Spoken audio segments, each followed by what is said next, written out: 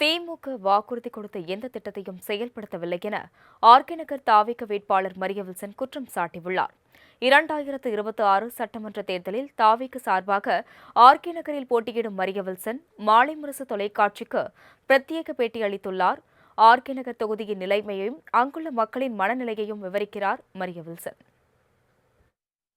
உழைக்கும் மக்கள் இதுவரைக்கும் கடந்த 50 ஆண்டுகளாக ஏமாந்து தான் போயிருக்கிறாங்க. அவ்வளோ ஒன்றும் ப்ராமிசிங்காக யாருமே அவங்களுக்கு பண்ணல.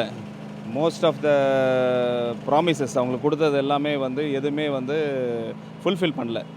அவங்க பேசிக்காக கேட்குறது பார்த்திங்கன்னா, ஒரு வாட்டரு, ட்ரைனேஜ் சிஸ்டம்மு, அப்புறம் உமன் சேஃப்டி கேட்குறாங்க. இப்போ லேட்டஸ்ட்டாக அடுத்த லாஸ்ட் 4 இயர்ஸாக இன்க்ரீஸ் ஆகிருக்கிறது ட்ரக்ஸு.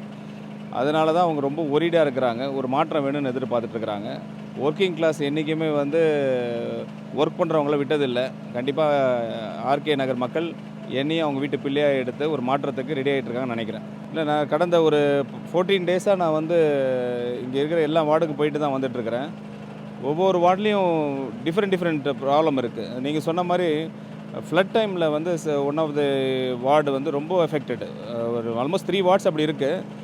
அதில் பேசிக்காக நிறைய விஷயங்கள் ஃப்ளட் ட்ரைனேஜ் சிஸ்டம் எதுவும் கிடையாது. அது காரணம் நிறையா சொல்கிறாங்க. அது இக்னோர் பண்ணியிருக்காங்க. ஆக்சுவலாக அங்கே பட்டா இருக்குன்றாங்க, பட்டா இல்லைன்றாங்க. அந்த மக்களுக்கு மட்டும் வரி பணத்தை மட்டும் நிறையா வாங்கியிருக்கிறாங்க. நிறைய ஃபால்ஸ் ப்ராமிசஸ் கொடுத்துருக்காங்க.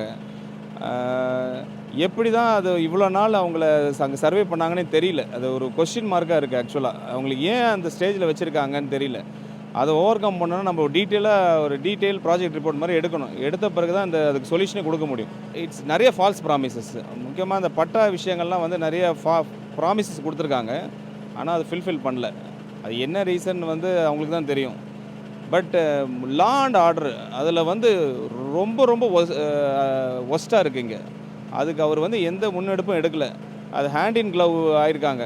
போலீஸ் அண்ட் இந்த ட்ரக்ஸ் டீலர்ஸ் கூட சொல்லலாம், அப்படி கூட சொல்லலாம். அதுக்கு மெயினாக எம்எல்ஏ ஒரு மேஜர் ரீசனாக இருக்கலாம். பட் அந்த மக்கள் வெரி அஃபெண்ட் ஆகிருக்காங்க இந்த விஷயத்தில். கண்டிப்பாக ஒரு மாற்றத்தை நோக்கி போது கண்டிப்பாக புது ஆளுகள்கிட்ட அது எதிர்பார்ப்பாங்கன்னு நினைக்கிறேன்.